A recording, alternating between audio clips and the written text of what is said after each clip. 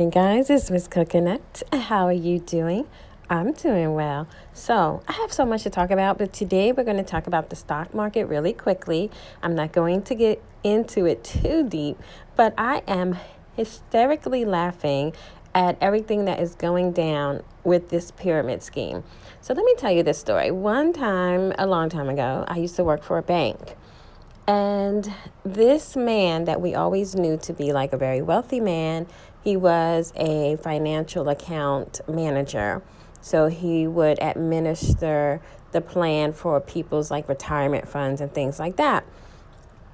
And he was very wealthy. And so one day he came into the bank with another gentleman, and he wanted to get a cashier's check for a large amount of money. And, we were going back and forth because eventually we realized there wasn't any money in the account he kept trying to pull from, and the man was there. We really didn't know what was going on. So anyway, the client asked us if he could go to the restroom.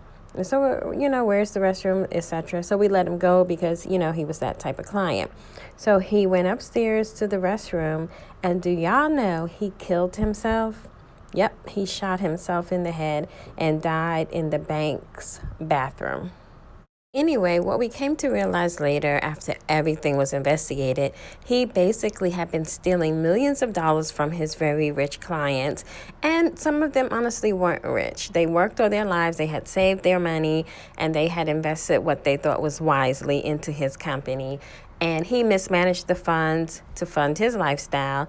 And at the end of the day, he didn't have the money. He had been moving money around, robbing Peter to pay Paul on a higher level than most of us do. And when it was time for people to really say, like, I want my money, I want my investment back, he couldn't show and prove. And that's why he killed himself. Rest in peace. I don't even remember the man's name, but it was a big scandal in Virginia. So anyway, I'm telling that story to tell you this. When you look at the market right now and what's going on with the stock market as it relates to Robinhood, which is a trading company, you can buy and sell stocks through Robinhood, which is funny, right? Robinhood, he, took from the rich, gave to the poor. So it's kind of funny that this is happening. And in particular, GameStop is one of those companies, like many retailers, have become a little bit obsolete because they hadn't managed to move their business online yet, okay? Now, this used to be big deal back in the day. I have a gaming family. Everybody in my family plays some kind of online game. And I remember you used to have to make a deposit. You would, wait in anticipation for the newest game to come out, like NBA 2K and all those kind of things. And it used to be a huge deal. There would be lines outside for people waiting to get into GameStop. I mean, they were hot. But now everything is becoming automated, so you don't have to go to the store to pick up a game. You could just download a game online. And so their stock basically fell because their worth, wasn't that great anymore. Okay, so say if the stock is $50, it starts to fall and lose value because the company is becoming obsolete. And a lot of people will sell their shares in the stock because they feel that it will never recover. Now, one thing GameStop can do is automate everything and develop some kind of niche in that market online with the gaming systems, okay? So they're not quite dead yet. So anyway, what these powers that be, these powerhouses, the hedge fund people, the people that are backing a lot of these companies on the stock exchange, what they do is sometimes they will deliberately devalue a company by sharing a report saying like this company is obsolete, they're old-fashioned, they're going out of business, whatever the news may be. You've seen it enough times and you just probably weren't aware of what was going on. And so everyone sells their stock because they're so certain that this particular company will not recover. And those big guys, they will rush in and take a stock that was previously valued at $50 that dropped down to $2, and they will buy them. Buy them. And then once they bought them at $2, another report will come out. There will be some kind of miraculous recovery, and this company will all of a sudden start to gain value and propel itself up the mountaintop, And the stock prices will soar, soar, soar, soar, soar. And guess who gains? Right? So this kind of happened with GameStop. It's happening a little bit with AMC, which I'm so mad about because I actually bought AMC and sold it because I was like, oh, we're never coming back to the movies. This is why you don't sell. Buy those when they drop, buy it and hold. Buy it and hold, people. Because now AMC is at $13, and when I bought it, it was like $2. Anyway, so here's what's interesting. So this was going on. Robinhood got wind that there's a subculture group on Reddit, okay, which basically looked at this devaluation. They understand the market, and this small group of investors decided to drive up the price of this stock for GameStop. And GameStop prices soared to like $400. And then the hedge fund managers was scrambling because a lot of times what they'll do is borrow money against the stock that they have. They don't really have, okay? And that's the pyramid part. And that's why I was relating it to the guy who killed himself in the bank.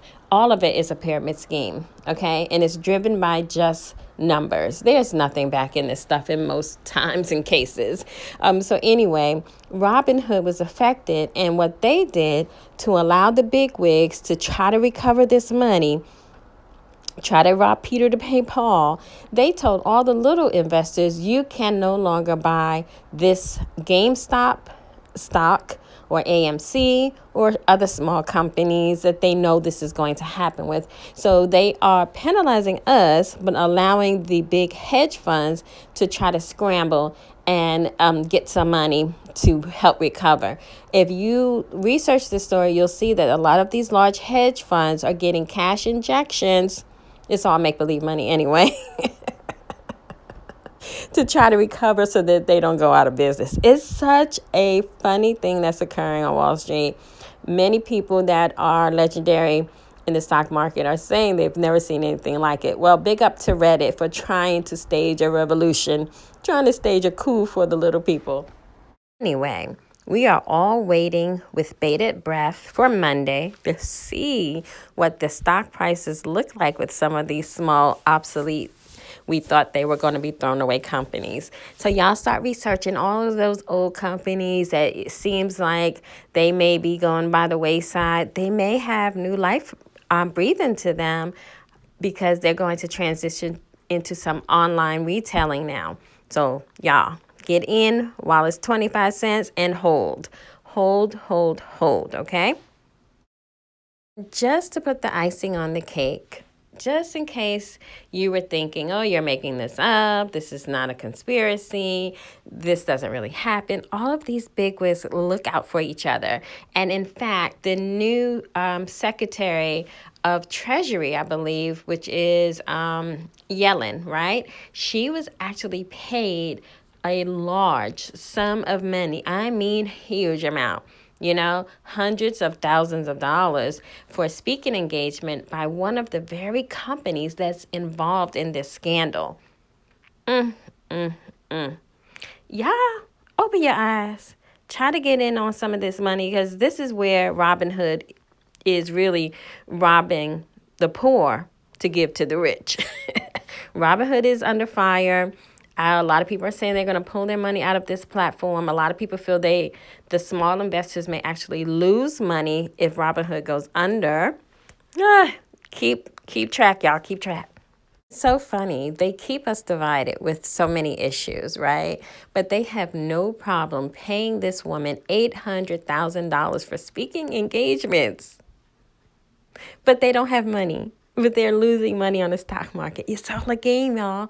All they do is transfer money from one to another. That's how they do. They wash the hands that cover them. Ay. Isn't this a mess? It's a funny mess, but it is a mess. Y'all stay aware, awoke. If you can, get in and try to recoup some money, please do so. Get educated. Lots of people having courses. They'll give you picks. They'll tell you when to hold, when to sell.